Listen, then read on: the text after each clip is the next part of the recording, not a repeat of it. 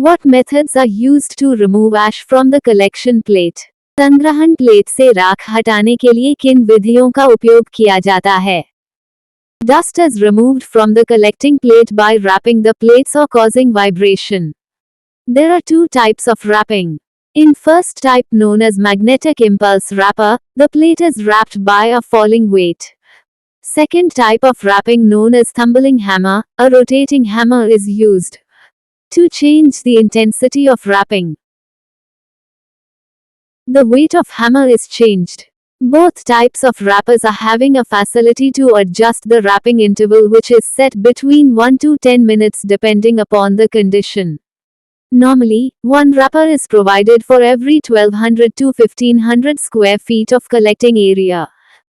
प्लेटों को खटखटाकर या कंपन उत्पन्न करके संग्रहण प्लेट से धूल हटाई जाती है। दो प्रकार की रैपिंग होती है।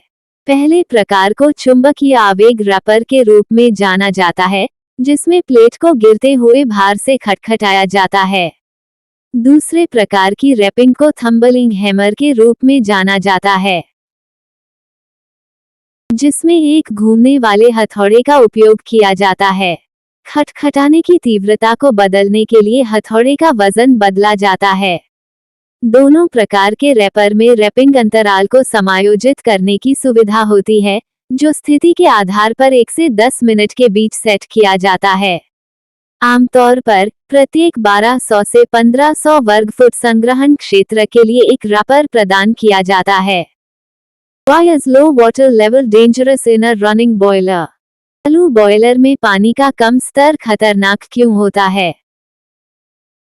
When there is no water inside the tube and it is exposed to hot flue gas, then the tube is severely overheated. This situation is called starvation. Starvation is highly dangerous and failure to tube leakage. जब tube के अंदर पानी नहीं होता और वह गर्म flue gas के संपर्क में आती है, तो ट्यूब अत्यधिक गर्म हो जाती है।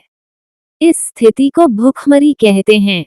भूखमरी बेहद खतरनाक होती है और ट्यूब लीकेज का कारण बनती है। The demerits of oversize and undersize pipelines. बड़ी और छोटे आकार की पाइपलाइनों के क्या नुकसान हैं? Demerits of oversize pipes are more expensive due to bigger size of valves, fittings, etc. Installation cost is higher for support work and insulation. In steam pipe, more condensate is formed due to greater heat loss. More traps are required for the removal of this condensate. Demerits of undersize pipe are pressure drop is more, so less pressure is available at the load end. There is a risk of starvation due to excessive drop. There is also a greater risk of erosion, water hammer and noise due to high velocity. बड़े आकार के पाइपों के नुकसान ये हैं कि ये वाल्व, फिटिंग आदि के बड़े आकार के कारण अधिक महंगे होते हैं। सहायक कार्य और इंसुलेशन के लिए स्थापना लागत अधिक होती है। स्टीम पाइप में अधिक ऊष्मा हानि के कारण अधिक संघनित पदार्थ बनता है। इस संघनित पदार्थ को निकालने के लिए अधिक ट्रैप की आवश्यकता होती है। छोटे आकार के पाइपों के नुकसान ये हैं कि दबाव में गिरावट अधिक होती है, इसलिए लोड वाले सिरे पर कम दबाव उपलब्ध होता है।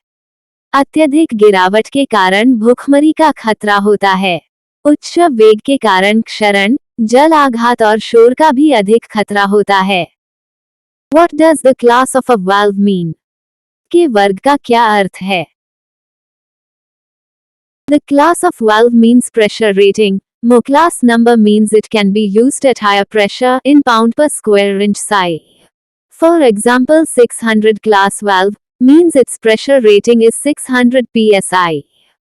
वाल्व के वर्ग का अर्थ है दबाव रेटिंग। अधिक वर्ग संख्या का अर्थ है कि इसका उपयोग उच्च दबाव पर पाउंड प्रति वर्ग इंच साई में किया जा सकता है। उदाहरण के लिए 600 वर्ग वाल्व का अर्थ है कि इसकी दबाव रेटिंग 600 psi है। Why is shrouding provided on the rotating blades of a steam turbine? भाप टरबाइन के घूर्णन ब्लेडों पर आवरण क्यों प्रदान किया जाता है?